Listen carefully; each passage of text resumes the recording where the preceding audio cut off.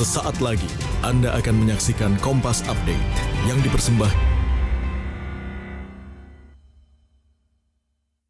Kembali di Kompas Update, pemerintah Kota Parepare menyemprotkan cairan disinfektan ke sejumlah tradisional setelah salah satu pedagang pasar positif terpapar virus corona. Dinas Pemadam Kebakaran menyemprotkan cairan disinfektan di Pasar Lakesi, Kota Parepare, Sulawesi Selatan. Sebelumnya, seorang pedagang di pasar ini positif terpapar virus corona dan sedang menjalani perawatan di Parepare, Sulawesi Selatan. Sekarang total ada 34 warga Kota Parepare positif terpapar virus corona. Ada tambahan satu orang yaitu masih klaster Lakesi yang salah satu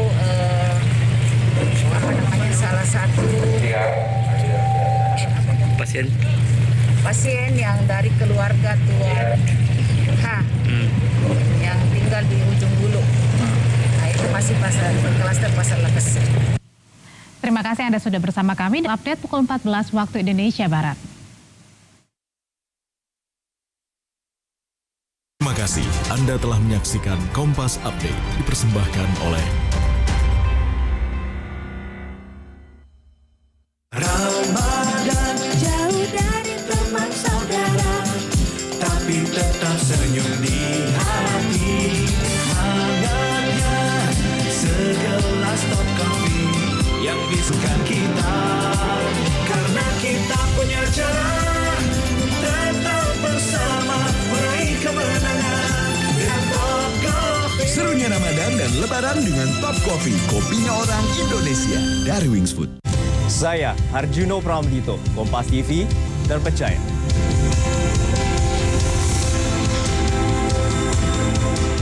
Sesaat lagi Anda akan menyaksikan Bingkai Inspirasi yang dipersembahkan oleh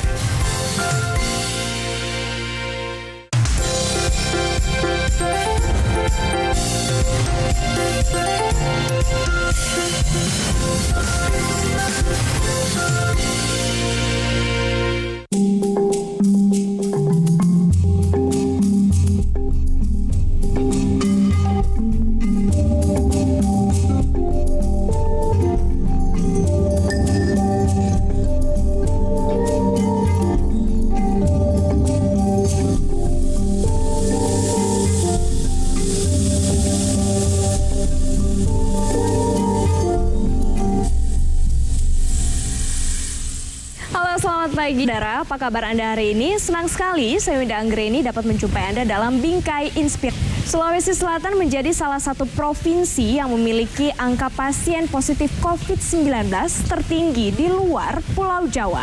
Balik itu, angka kesembuhan pasien juga disebut tertinggi di Indonesia karena mencapai 30%. Hal ini tentunya tidak lepas dari program pemerintah Provinsi Sulawesi Selatan yang mengusung wisata COVID-19.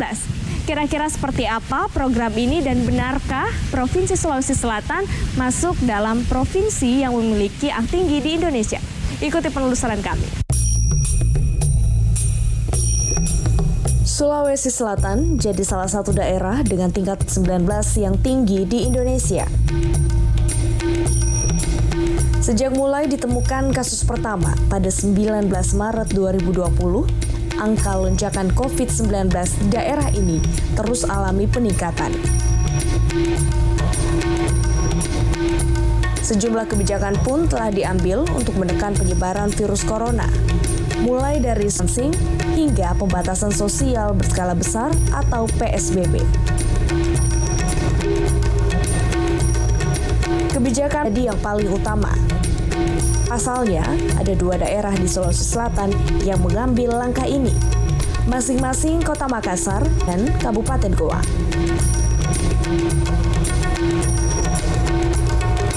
Untuk Makassar, PSBB 2 tahap, masing-masing 4 April hingga 7 Mei 2020 untuk tahap pertama, dan 8 Mei hingga 21 Mei 2020 untuk tahap kedua. Selanjutnya, PSBB diganti dengan perwali tentang protokol kesehatan. PSBB jelas tidak dilanjutkan, tapi kita sudah membuat perwali kembali tentang penerapan protokol kesehatan ya. Ya, ya misalnya social distancing, ya jarak, pakai masker, kemudian hanya memang lebih dibuka ruang. Kalau kemarin kan ada beberapa tempat usaha kan ditutup ya PSBB. Sekarang semua boleh membuka sepanjang dia menerapkan prosedur kesehatan. Sementara Kabupaten Goa, PSBB dilakukan mulai dari 4 Mei hingga Mei 2020. Ya, kita lihatlah. Yang pasti kita berharap dengan ketegasan yang diambil oleh Goa ini, pasti dampaknya juga ke Makassar lebih besar. Ya, makanya kita apresiasi lah Goa. Mudah-mudahan aja logistiknya terpenuhi, ya. Isolasi wilayah itu dilakukan sehingga memutus rantai penularan. Ya.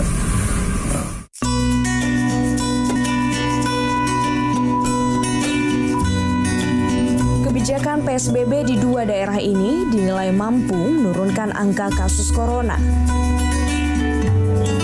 Selain PSBB, kebijakan lain yang diambil adalah pemusatan penanganan kasus COVID-19 di Kota Makassar.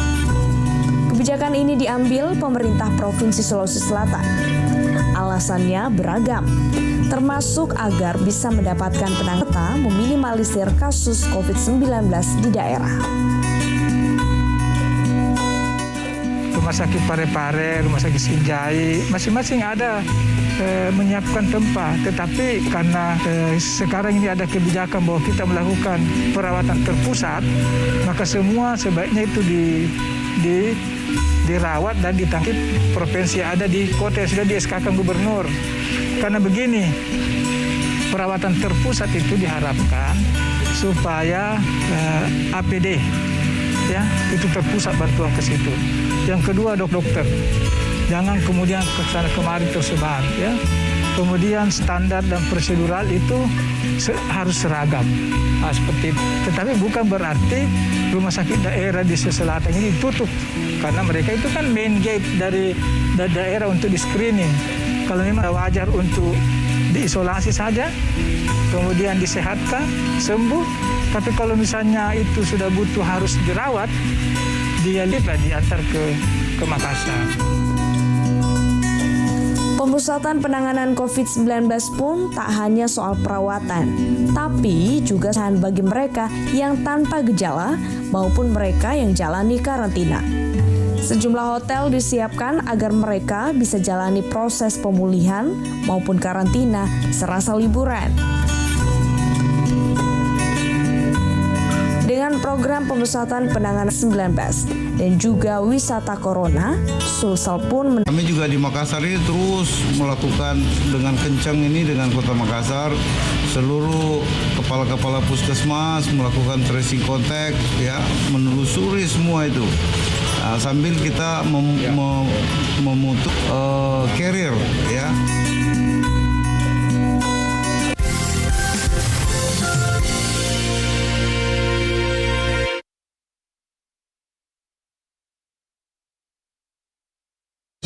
Memahami tantangan keindonesiaan di satu meja.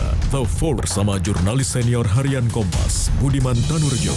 Ada hidden agenda di sini. Tidak matching secara terbuka. Ini orang bergabung untuk pesta pora ini. Oke, kita. Buat rakyat itu apa dampaknya? Yang jadi pro dan kontra salah atau betul? Ini salah loh, Pak. Strategi politik sederhana. Satu meja Forum setiap Rabu pukul 8 malam di Kompas TV. Lawan Corona. Kenali karantina mandiri. Karantina mandiri adalah upaya melindungi diri dan orang lain dari penyakit menular sekaligus menghentikan penyebarannya dengan cara tinggal di dalam rumah serta menghindari kontak dengan orang lain dalam jangka waktu tertentu. Terkait pandemi COVID-19, karantina mandiri selama 14 hari disarankan untuk dilakukan oleh orang-orang berstat atau orang dalam pemantauan. Jaga kesehatan fisik dan kondisikan mental Anda tetap tenang, tidak panik, dan selalu berpikir positif. Demi sesama.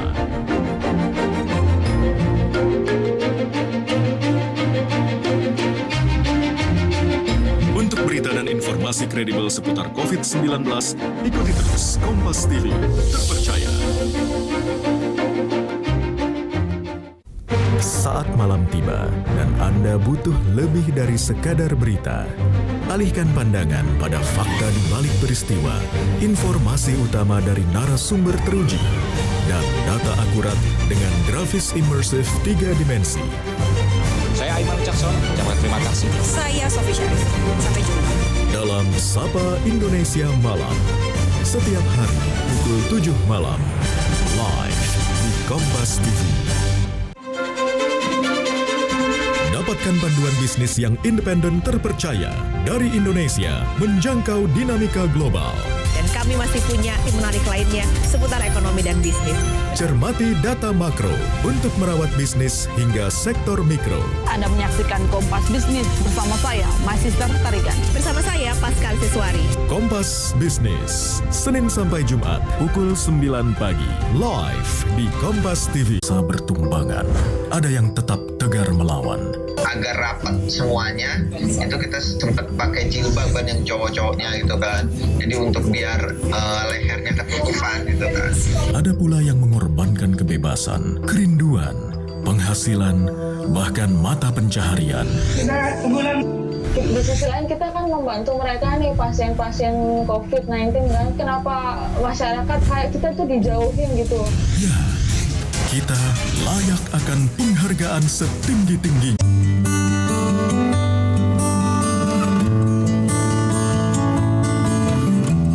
Untuk menekan penyebaran COVID-19, kebijakan atau program wisata COVID-19 dikembangkan.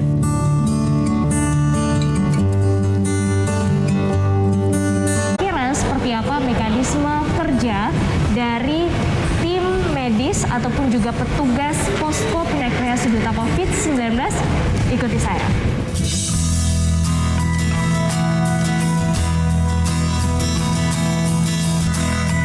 Di hotel ini lebih dari 100 orang jalani karantina. Mereka mendapatkan fasilitas layaknya tamu hotel. Dan tak hanya warga Makassar, sejumlah warga dari Sulawesi Selatan diinapkan di tempat ini.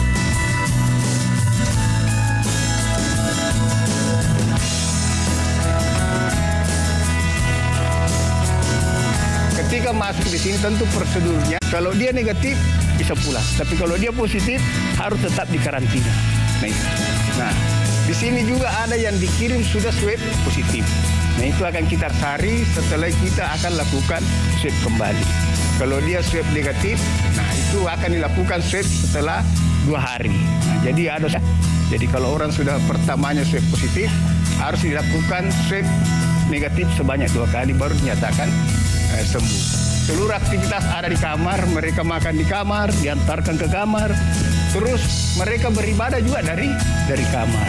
Nah, ini adalah untuk menghindari keterpaparan ya, kontak dengan yang lain. Kecuali hari tertentu kita akan bawa turun mereka, ya kan, untuk berjemur, bersenam dalam rangka itu pun diatur sedemikian rupa sehingga setiap kelompok itu tidak akan ketemu. Ya. Nah, untuk mengatur semua proses ini kita libatkan para adik-adik pendamping kita. Adik-adik pendamping kita ini merupakan relawan yang kita rekrut. Kebanyakan dari mereka adalah mahasiswa. Sebagian dari tenaga kesehatan, perawat yang ikut bergabung dengan kita. Ada juga yang dulunya adalah peserta, ya, peserta tapi mereka merasa bahwa sudah dibantu oleh pemerintah sehingga dia menawarkan dirinya untuk juga di sini jadi relawan juga. Yang bantu relawan semua di sini ada 32. Secara keseluruhan yang ditempatkan di 4 hotel ini. Nah, itu. Jadi itu adalah perannya relawan. Nah, dan semua yang bertugas di sini kita screening, kita rapid test. Relawan juga harus di rapid test. Pihak hotel juga karena kita mau sama-sama itu di rapid test. Dan itu kita rapid test berkala selama 10 hari. Ini dalam rangka mensterilkan kita semua di sini. Jadi saya kira prosedurnya mereka masuk itu ada ruangan penerimaannya.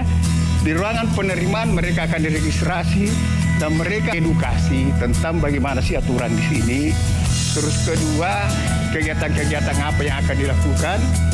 Kegiatan-kegiatan apa yang akan dilakukan itu kita akan edukasi sebelum mereka masuk di kamar. Nah, satu hal lagi yang terpenting, keinginan Pak Gubernur sesungguhnya mereka di sini juga akan kita edukasi, dilatih untuk menjadi tenaga edukasi Ya, jadi kalau mereka sudah dinyatakan sehat, dia keluar dari sini sehat, tapi juga dibekali pengetahuan sehingga mereka mampu menjadi tenaga edukator COVID di masyarakatnya atau di lingkungannya, minimal buat keluarga mereka.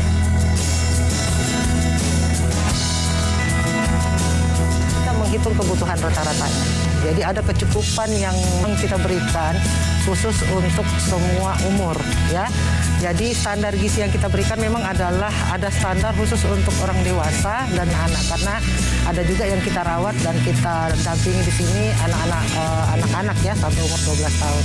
Jadi kebutuhannya kita menggunakan daftar kecukupan gizi yang ada, yang rata-rata itu adalah untuk kebutuhan kalorinya sekitar 2.250 ditambah dengan protein itu sekitar 60-70 gram per orang per hari.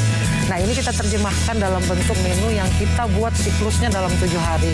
7 hari dimaksud sini supaya teman-teman juga yang peserta yang ada ini bisa jenis resep dan berbagai jenis menu dalam 7 hari tersebut. Yang kita bagi dalam pagi, siang, malam. Ditambah dengan 2 kali snack dan ada. Jadi dalam 7 hari ada 7 menu berbeda ya? Ada 7 menu yang berbeda. Memenuhi kebutuhan gizi dari kebutuhan gizi para pasien. Apa sebenarnya yang paling dibutuhkan oleh para pasien ini agar imunnya bisa meningkat dan bisa sembuh dari COVID-19? Oke, yang paling dibutuhkan di sini memang adalah tinggi energi, tinggi protein, ya, ditambah dengan beberapa mineral dan vitamin yang membantu untuk meningkatkan imunitas. Jadinya adalah peningkatan energi dan protein untuk kebutuhan daripada penderita COVID ini untuk dapat sembuh, ditambah dengan atau mineral dan vitamin yang meningkatkan imunitas. Contohnya adalah vitamin C dan vitamin E. Itu yang biasa dibutuhkan, ditambah dengan energi dan protein yang tinggi. Dari total keseluruhan 4 hotel yang menjalani program wisata COVID, hampir 1.000 warga telah diinapkan selama 1 bulan sejak program ini berjalan. Tidak hanya soal pasien yang diselamatkan, tapi juga soal bisnis perhotelan yang babak belur akibat virus corona.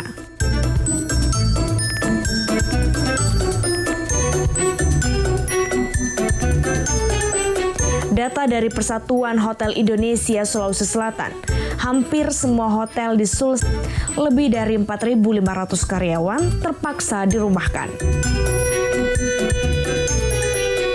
Program wisata COVID membuat harapan hotel kembali bergeliat, meski karyawan harus mematuhi protokol kesehatan. Normal kan rata-rata di Sulawesi Selatan kan bisa tingkat huni sekitaran 60-62%. Bayangkan 60 sampai 62% versus yang sekarang ini hanya rata-rata 2-3. Alamak, mengerikan. Jadi terkait dengan resiko sisa bagaimana kita menjalankan protokol yang baik, dan saya yakin adalah makan. Bisnis terselamatkan, karyawan juga terselamatkan secara kesehatannya, dan karyawan juga terselamatkan secara pendapatannya. Soal resiko pasti ada resiko, tapi bagaimana kita meminimalkan dan kita menjelaskan bagaimana disiplin kepada karyawan untuk menjalankan protokol kesehatan COVID. Versi COVID adalah kita rutin cek lakukan rapid test. Atau kita lakukan rapid test seperti misalkan seperti Almadera yang menerima wisata COVID, setiap 2 minggu dia lakukan rapid test.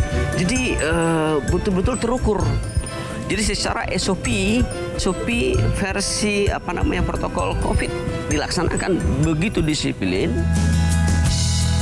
Dari total 4 hotel yang kini menjalani program wisata COVID, 980 warga. Mereka yang dinyatakan sembuh hampir setengahnya dan telah kembali beraktivitas seperti biasa.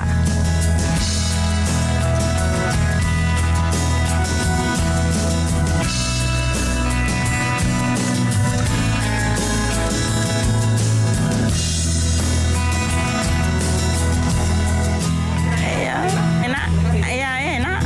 Tapi itu anakku tinggal di sini dulu. Nah bilang, Mama, pernah kita rasa di Madinah, kita rasanya itu di situ, karena Iona sama Mina di sini sama di Madinah, iya, dikasih makan,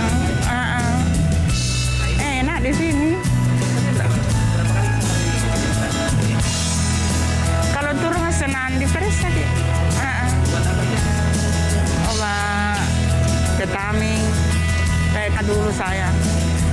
Itu 5 aku kasih kau itu pendamping. Oh, nak habis obatku nak kasih ke sana belakang. Itu. Iya, alhamdulillah sehat.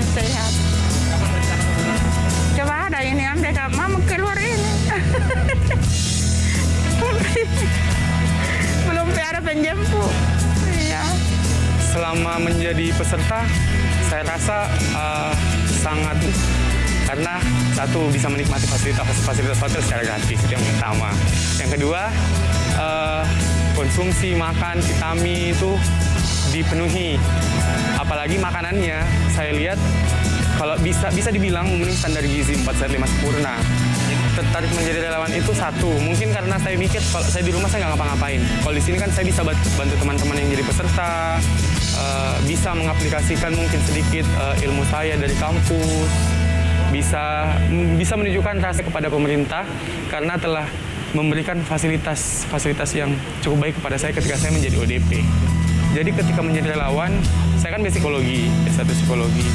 Terus di sini ada pemberian layanan bantuan psikososial kepada peserta. Saya menjadi koordinator bantuan itu. Jadi saya menghubungkan peserta dengan psikolog yang akan itu layanan konseling peserta. Selain itu saya menjadi pendamping lantai. Jadi saya membantu untuk membawakan makanan peserta, membawakan vitamin, mengecek kondisi badan mereka dan lain sebagainya.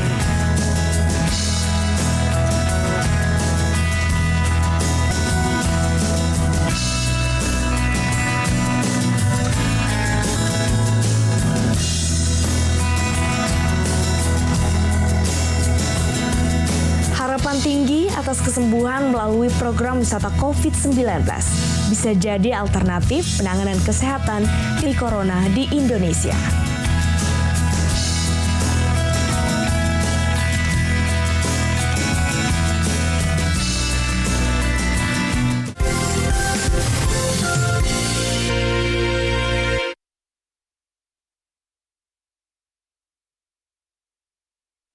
Saat malam tiba dan Anda butuh lebih dari sekadar berita.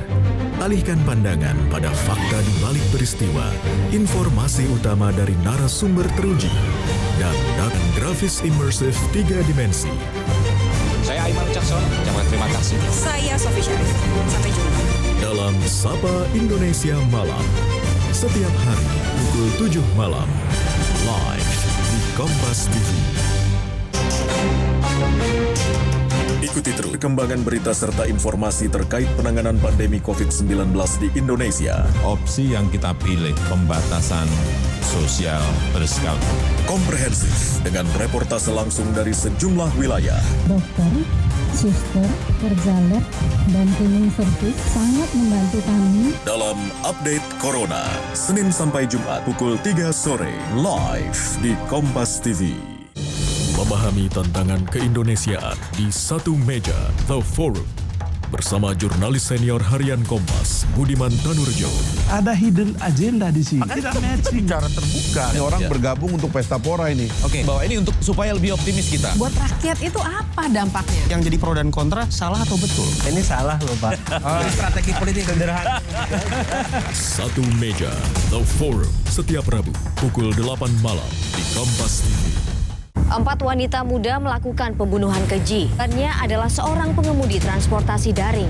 Awalnya mau dibuang ke yang gitu, tapi karena tempatnya ramai, masih ada orang lalu lalang, jadi tempat buangnya di kayak gitu.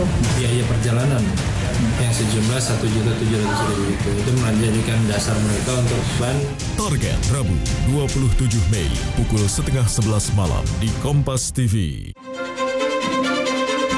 Dapatkan panduan bisnis yang independen terpercaya dari Indonesia menjangkau dinamika global. Dan kami masih punya informasi menarik lainnya seputar ekonomi dan bisnis. Cermati data makro untuk merawat bisnis hingga sektor mikro. Bisnis bersama saya, My Sister Tarigan. Bersama saya, Pascal Siswari. Kompas Bisnis, Senin sampai Jumat pukul 9 pagi, live di Kompas TV. Dengan kejadian ini, kita akan dorong misalnya di desanya. Kalau dilakukan dengan serius, maka jumlah kasus yang butuh perawatan di rumah sakit diperkirakan sekian. Sebenarnya kan persoalan saya tanya sama teman-teman di lembaga Eijkman UI kan, bukan teman semua tuh saya tanya, nggak usah inilah terlalu berlebih-lebihan. Ngopi, ngobrol, pintar. Jumat 29 Mei pukul 8 malam di Kompas TV. Saat tanah air digempur musuh tak kasat mata, ketika sebagian anak bangsa bertumbangan, ada yang tetap teman. Agar rapat semuanya, itu kita sempat pakai jilbaban yang cowok-cowoknya gitu kan. Jadi untuk biar lehernya ketutupan gitu kan. Kan kebebasan, kerinduan, penghasilan, bahkan mata pencaharian. Sudah sebulan lebih Pak di sini. Di sisi lain kita kan membantu mereka nih pasien-pasien COVID-19 kan. Kenapa masyarakat kita tuh dijauhin gitu? Ya, mereka, kita layak akan penghargaan setinggi-tingginya. Terima kasih banyak doanya. Kita berdoa semoga wabah ini segera berakhir. Mbak Novi tolong sampaikan salam sayang saya untuk semua. Terima kasih. Indonesia sehat, Indonesia menang.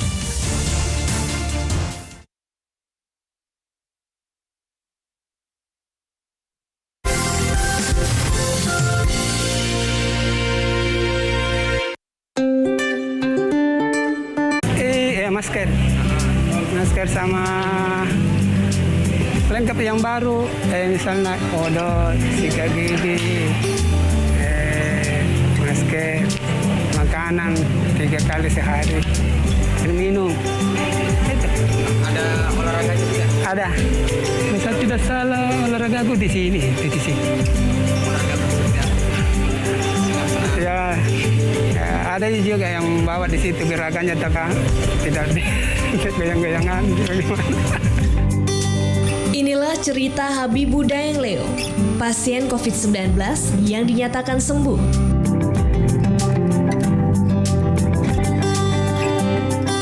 Satu pekan menjalani wisata COVID di hotel, pria tahun ini akhirnya bisa kembali pulang.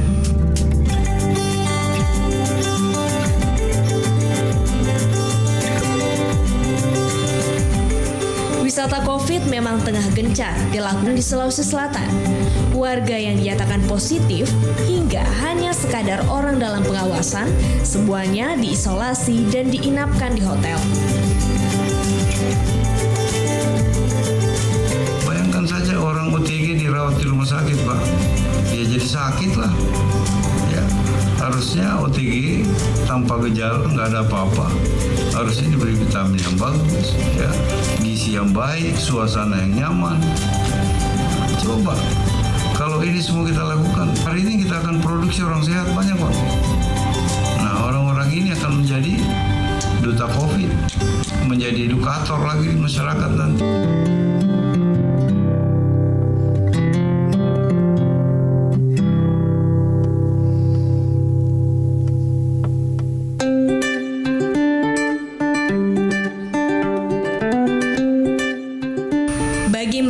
Sembuh, harapan tak terhenti. Para penyintas ini pun akan diberi pembekalan agar bisa menjadi penyuluh bagi warga di daerahnya.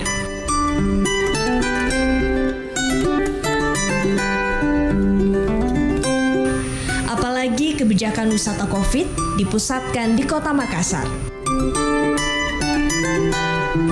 Seluruh warga yang terindikasi akan dibawa ke ibu kota provinsi Sulawesi Selatan itu.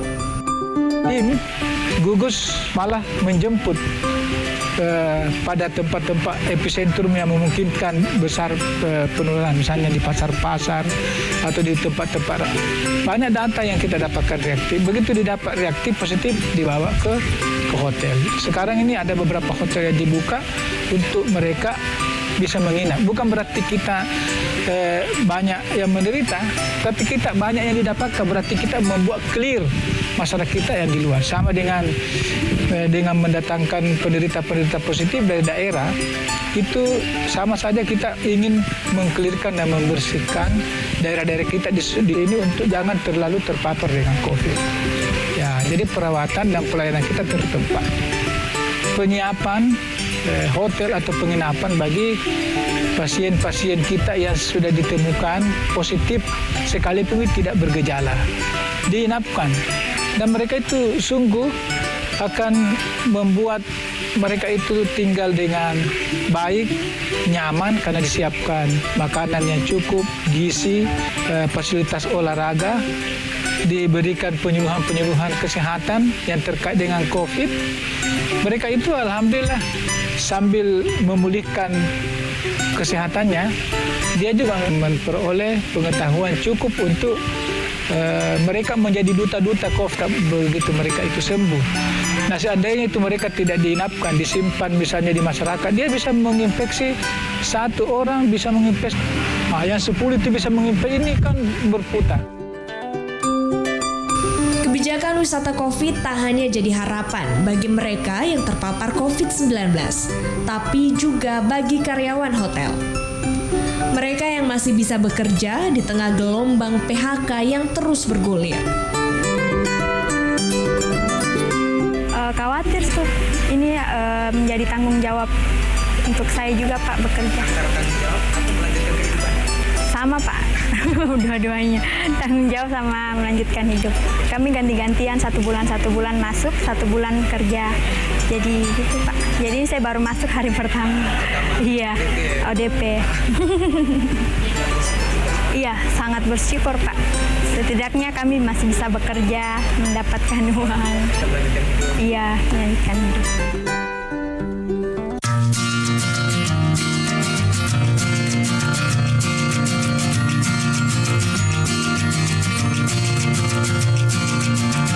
Selain wisata COVID yang terus dikembangkan, fasilitas rumah sakit juga disiapkan bagi mereka yang harus menjalani perawatan intensif. Rumah sakit jadi benteng terakhir bagi penderita COVID-19.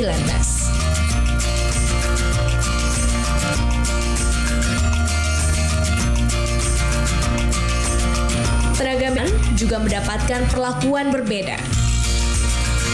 Mereka harus menjalani isolasi agar tak jadi carrier, mencegah keluarga hingga orang lain terpapar COVID-19.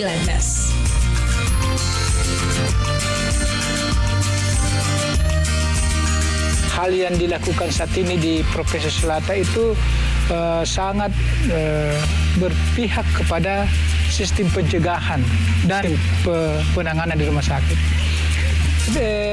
Dokter-dokter kita atau perawat-perawat kita untuk supaya mereka itu tidak menularkan kepada orang-orang di sekitarnya, maka mereka itu oleh Provinsi Selatan diadakan satu hotel, beberapa hotel untuk mereka menginap.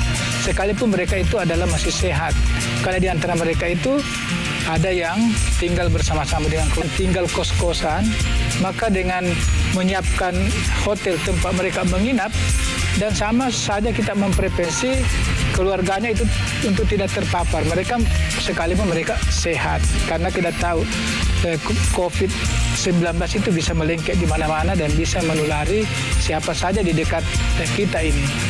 Jadi para dokter-dokter, para perawat, tenaga laboratorium itu diinapkan di hotel. Dan itu sungguh membuat tenaga-tenaga kesehatan kita menjadi bersemangat, menjadi terlindungi. Dan apalagi di hotel itu diberikan juga cukup misalnya vitamin-vitamin dan makanan-makanan yang sehat.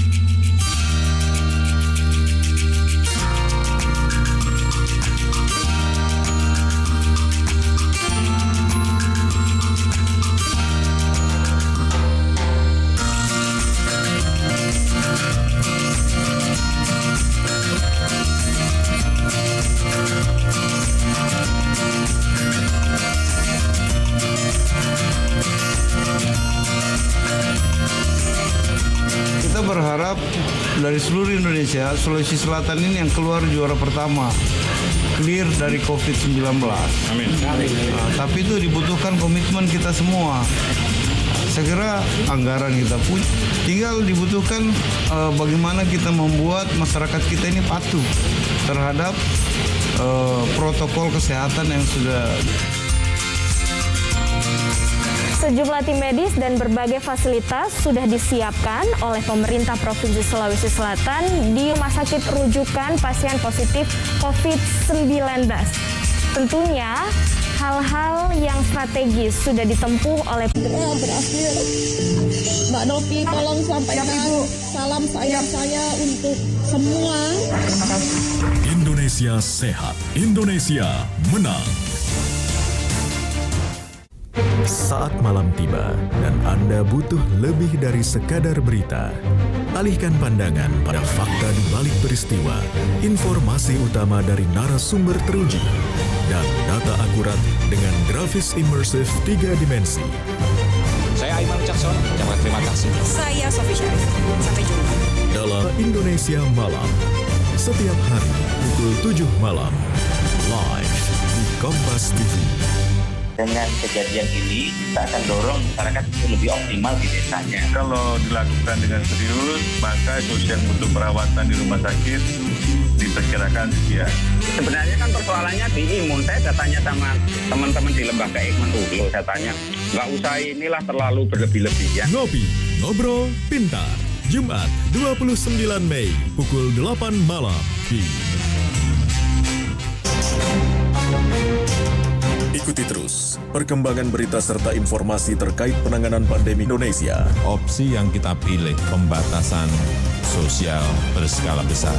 Komprehensif dengan reportase langsung dari sejumlah wilayah. Dokter, suster, kerja lab, dan cleaning service sangat membantu kami. Dalam Update Corona, Senin sampai Jumat pukul 3 sore, live di Kompas TV.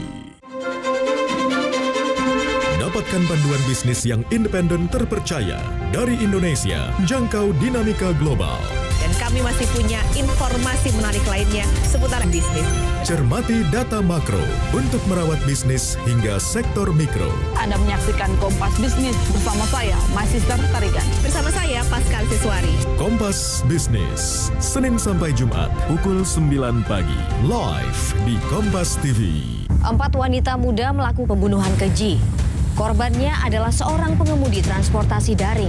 Awalnya mau dibuang ke yang gitu, tapi karena tempatnya ramai, masih ada orang lalu lalang, jadi tempat buangnya di kayak gitu. Biaya perjalanan yang sejumlah 1.700.000 itu menjadikan dasar mereka untuk menghabisi korban. Target Rabu 27 Mei pukul 10:30 malam di Kompas TV. Ikuti terus perkembangan berita serta informasi terkait penanganan pandemi COVID-19 di Indonesia. Opsi yang kita pilih pembatasan sosial berskala besar. Komprehensif dengan reportase langsung dari sejumlah wilayah. Dokter, suster, kerja lab, dan cleaning service sangat membantu kami. Dalam Update Corona, Senin sampai Jumat pukul 3 sore, live di Kompas TV.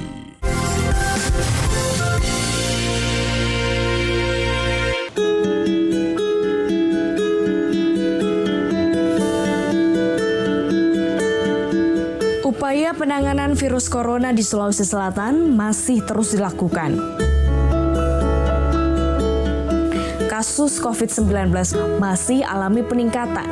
Bahkan kini angkanya lebih dari 1.000 kasus. Namun di sisi lain angka kesembuhan pasien COVID juga alami lonjakan. Rata-rata angka kesembuhan pasien COVID-19 mencapai 33% dengan tingkat kematian yang relatif kecil.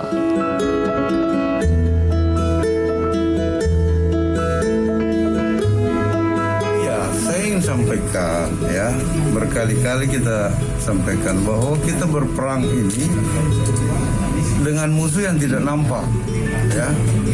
Terus yang kedua, kita bisa mendengar dari berbagai ahli ya, ahli kedokteran berkait dengan virus ini bisa dilawan dengan imunitas yang kuat, ya.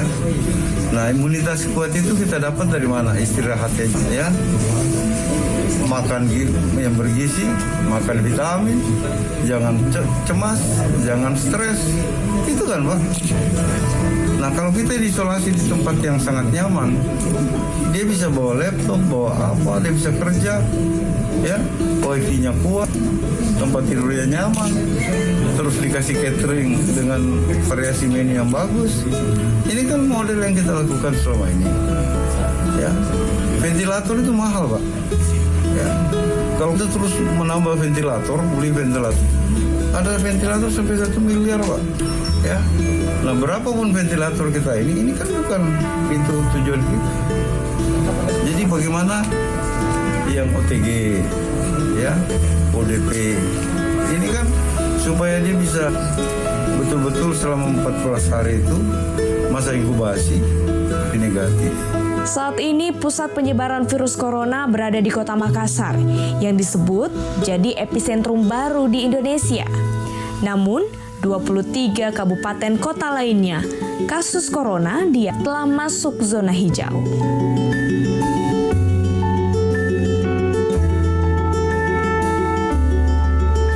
Saudara, kami sudah mengunjungi hotel tempat yang dijadikan karantina bagi pasien dalam pengawasan ataupun juga ODP dan OTG. Lalu kami juga sudah mengunjungi rumah sakit rujukan COVID-19 di Provinsi Sulawesi Selatan untuk melihat fasilitasnya.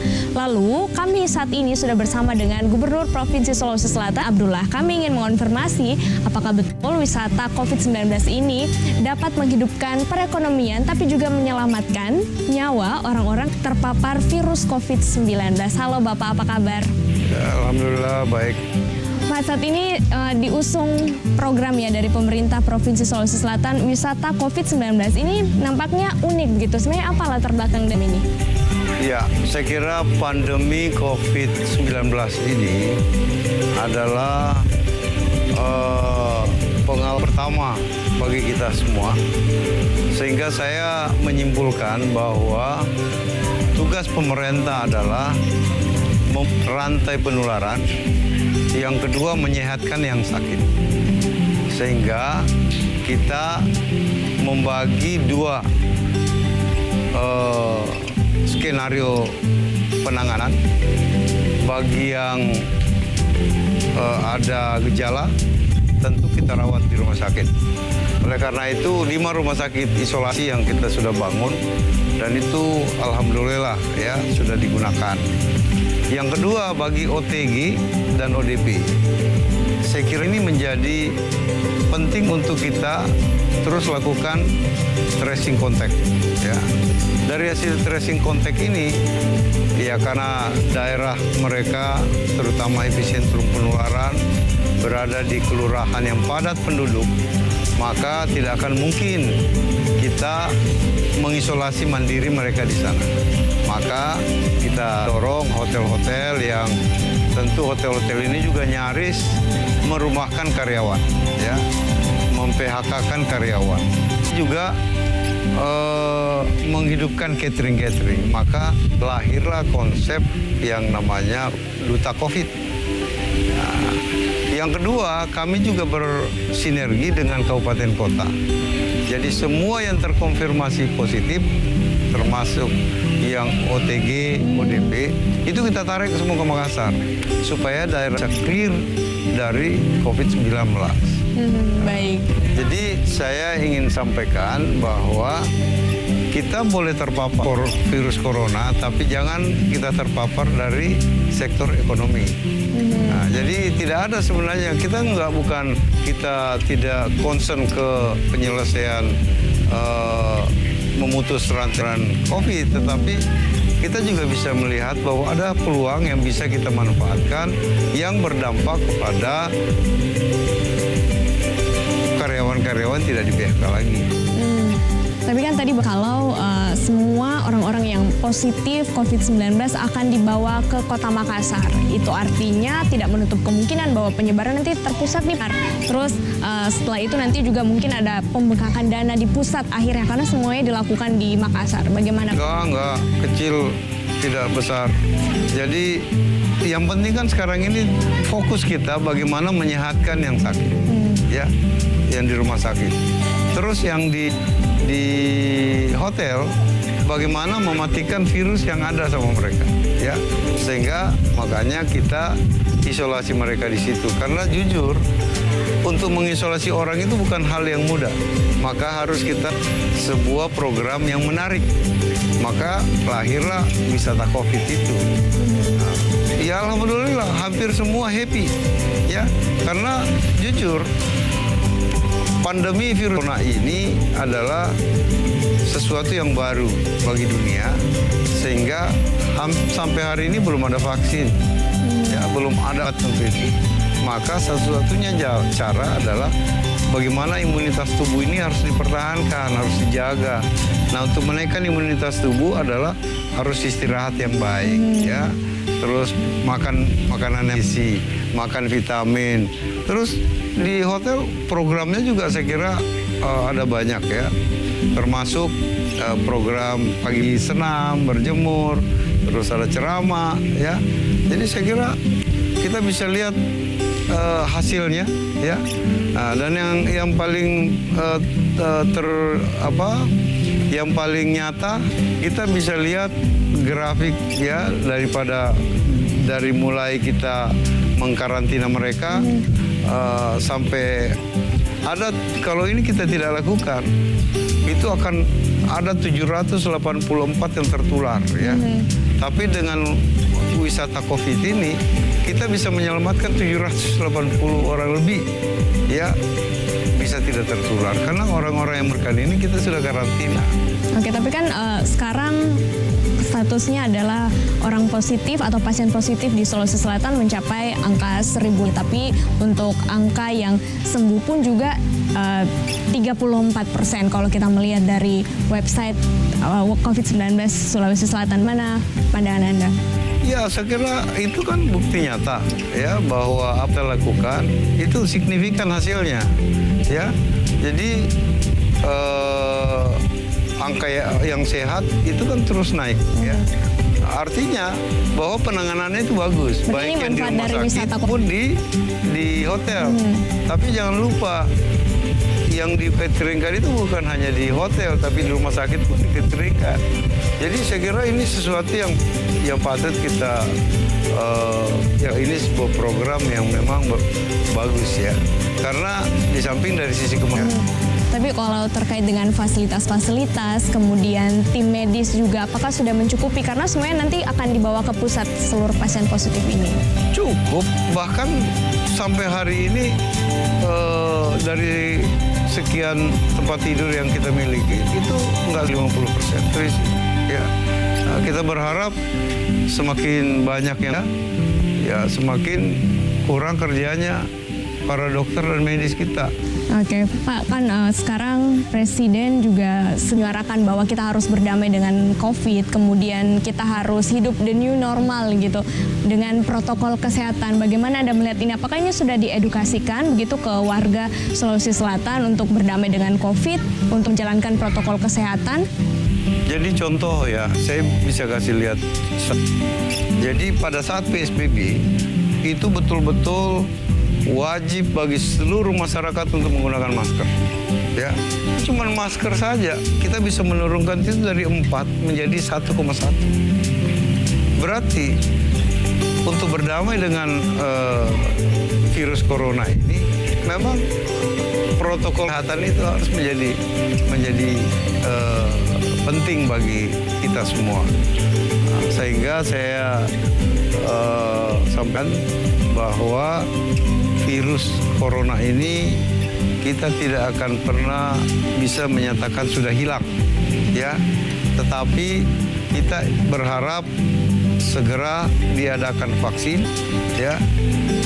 Segera ada obatnya, sehingga betul-betul nantinya akan menjadi sebuah virus yang biasa karena kita sudah punya kekebalan tubuh. Baik, oke, terima kasih Gubernur Sulawesi Selatan Bapak Nurdin Abdullah. Saudara, tadi sudah dijelaskan bahwa program wisata COVID ini sangat bermanfaat.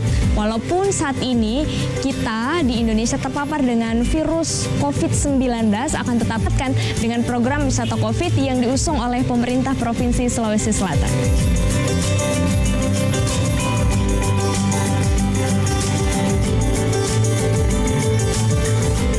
Sulawesi Selatan memang menjadi salah satu provinsi di Indonesia yang memiliki angka pasien positif bilang tinggi. Akan tetapi bukan berarti pemerintah Provinsi Sulsel tinggal diam dan tidak melakukan apa-apa. Berbagai upaya dan langkah sudah ditempuh oleh pemerintah untuk memutus mata rantai penyebaran COVID-19 dan untuk menyembuhkan para pasien yang telah positif. Tidak hanya pemerintah Provinsi Sulsel, akan tetapi juga turut andil untuk memberikan bantuan berupa sembako ataupun juga alat medis. COVID-19 memang belum ada obatnya, akan tetapi wisata COVID-19 yang diusung oleh pemerintah Provinsi Sulawesi Selatan bisa dijadikan alternatif untuk memutus mata rantai penyebaran virus ini. Bukan hanya pemerintah yang bertugas, akan tetap kerjasama antara masyarakat dan semua elemen masyarakat yang ada di Sulawesi Selatan untuk memutus mata rantai penyebaran COVID-19, patuhi protokol kesehatan.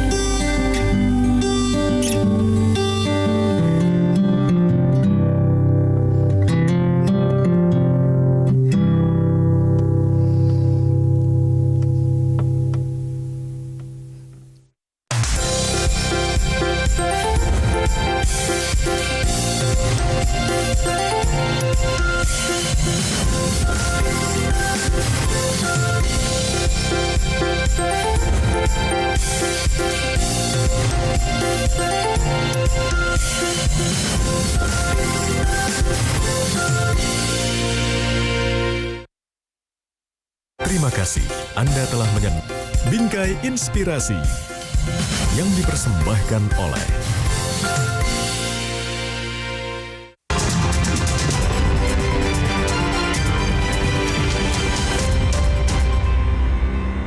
Kembali Anda di Kompas Update, ratusan anggota Satpol PP di Gianyar, Bali menjalani rapid Dinas Kesehatan Provinsi Bali.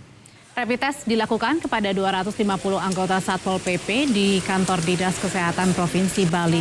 Rapid test mengetahui kondisi kesehatan anggota Satpol PP karena mereka sering berkontak langsung dengan para pekerja migran yang baru pulang dari luar negeri.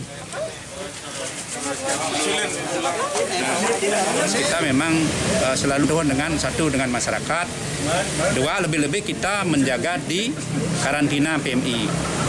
Sekarang kita masih tentukan tenaganya di PMI di Makswan. Terima kasih Anda sudah bersama kami dalam Kompas Update pukul 15 waktu Indonesia Barat.